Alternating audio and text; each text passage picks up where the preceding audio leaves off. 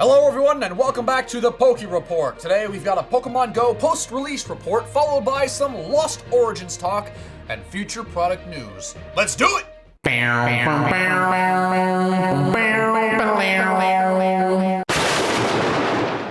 Whoa, that's awesome!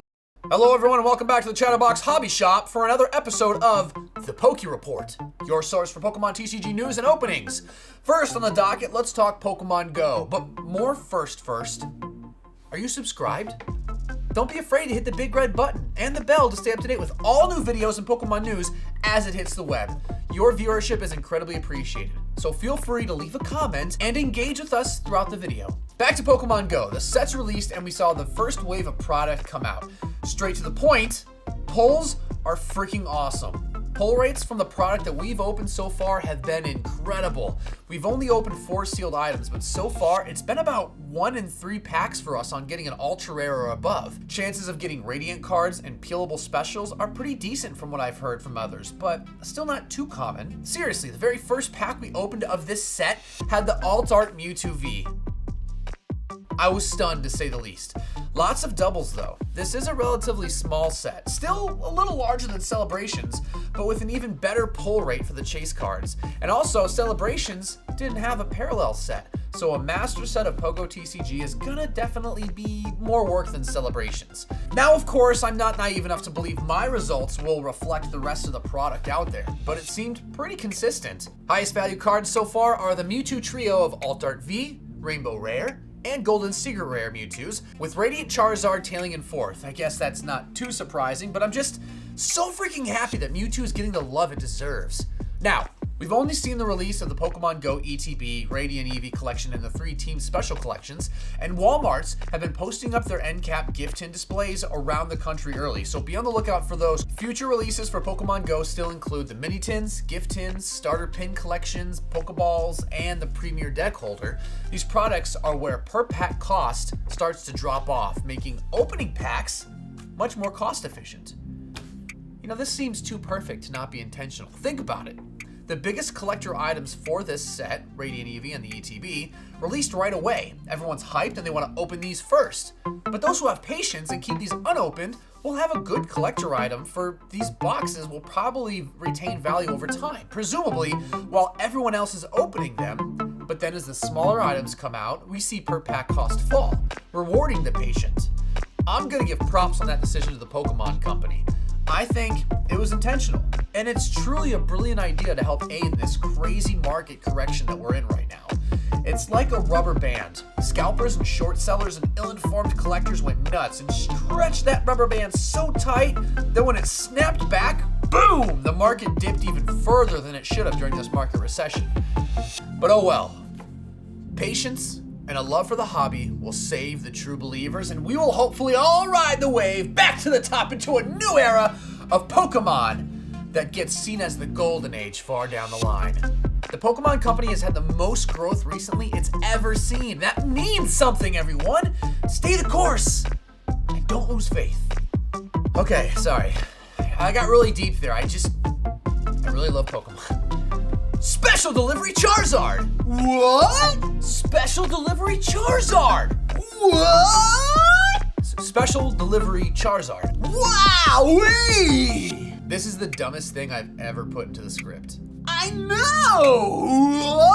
Whoa! Special Delivery Charizard. They've been hyping it up for months after Special Delivery Pikachu and Bidoof released. And we finally have a path to its acquisition. Warning! You must act fast. This is a limited time offer. You must register for it on the Pokemon Center website.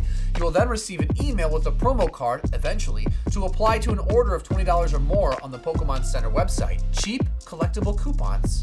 Brilliant. These emails will go out over the next 12 weeks in a staggered fashion to give the Pokemon Company and its partners time to distribute these cards properly. This is a must-have for true collectors. More future product news! Infernape V-Box has been revealed for release September 9th. Another V-Box, and we've seen lots of these. 4 packs, a promo, a jumbo, all for $19.99 MSRP. Cool, great. Don't think there's much more I need to say on this one. We are going to be getting yet another Ultra Premium collection towards the end of the year, rumored to be October. This may correlate to another holiday special set released this year aside from Pokemon Go. Ultra Premium. Those two words alone definitely set off the collector quadrant of my brain, and I can't wait to see more reveal. Speculations are also that, aside from a special holiday set, this Ultra Premium collection could either be a send-off to Sword and Shield or a coronation to Scarlet and Violet when it releases later in the year. We did see an Ultra Premium release for Sword and Shield, but it was almost exactly a year after the game's release. So I'm going to assume this Ultra Premium will be for a holiday special set or a swish goodbye. We've seen sneaks of a new official advent calendar set to release in September in Europe. We can reasonably assume it's an English product we will also see here in the States. Eventually. Over the last couple years, we've seen Halloween and Christmas advent calendars released, but they were from third-party toy companies. Officially licensed, but not actual TCG products from the Pokemon Company. Last time we saw a TCG-centric advent calendar was 14 years ago, so these are going to be a fun collector's item for sure to hold on to. Get one to open with the family and get one to hold on to for the sealed collection.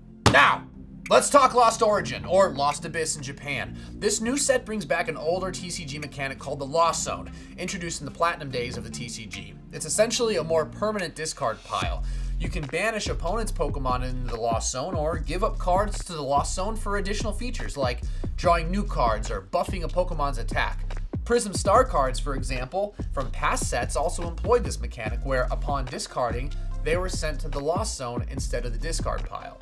This set seems to be Pokemon trying to shake up the TCG mechanics by reintroducing this older mechanic into modern competitive play. But this set looks to be a solid meta builder with more V-Stars and powerful legendaries to try and switch up the competition meta. Additionally, this will be the first time we see Glastrier and Spectrier in the TCG. These are the legendary horses we see in the Ice Rider and the Shadow Rider Calyrex cards, now with 100% less Calyrex! Also, Giratina instantly sold me on this set. Giratina is my favorite legendary outside of Kanto and Johto.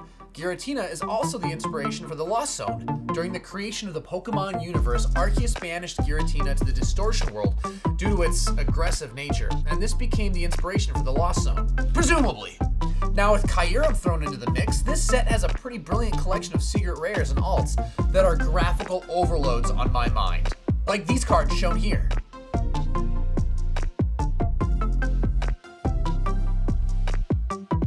Now for some special mentions in the regular set of cards. These are Lost Abyss reveals right now, so results may vary on which of these cards actually make it into the English set. But first, look at the Shiftry. This special art is a part of the new Lost Zone feature. The wispy smoke coming out of the art is awesome. It just reminds me of Amazing Rares, you know? Cards with this smoke pattern are cards that benefit or employ the Lost Zone mechanic. We see it again with this Magcargo, this Cramorant, Sableye, Banette, Comfey, Barbaracle, Stonejourner, Porygon 2, Bouffalant, and multiple trainers, and predominantly all over this Giratina V and V-Star, Delphox V, and Rotom V, and Aerodactyl V-Star. Lost Origin is set to release September 9th, so until then, we'll keep our eyes peeled for new updates. Speaking of, there's a new type of sealed product coming out with Lost Origin called the Booster Bundle. Not much is known yet, but it seems to be a mini booster box, similar to what we see in Japan. A 6-card box that lists for cheaper than comparable sealed products as a smaller companion item to people who just want to rip packs open and aren't looking for promos or jumbos or a shiny fancy sealed collection item. More details to come. One other point I wanted to make is it looks like they tried to cut a little bit of money off the budget for the player's guide. I don't know if you guys have noticed, but the mat, the card stock, and the finish of the new Pokemon Go player's guide is just not up to par with what we've been seeing for a long time. You know, I've got here back to Battle Styles, Chilling Reign, some Evolving Skies, and here's a Celebrations player guide. You can see the sheen is very nice, whereas the sheen on this one is more matte. It's thinner cardstock. It's a matte finish. It's not that glossy finish we see from the last couple years of players' guides. So just a little thing to note: the Pokemon Company is cutting some costs here and there. I'm not saying they're cutting corners, but they're definitely trying to shave a few dollars on their products. So keep an eye out for this, guys. Keep an eye out to see if there's other places that they start cutting corners at, because that's not what we want. That's not what we want. We want good quality products that are going to keep up over time. We want premium products.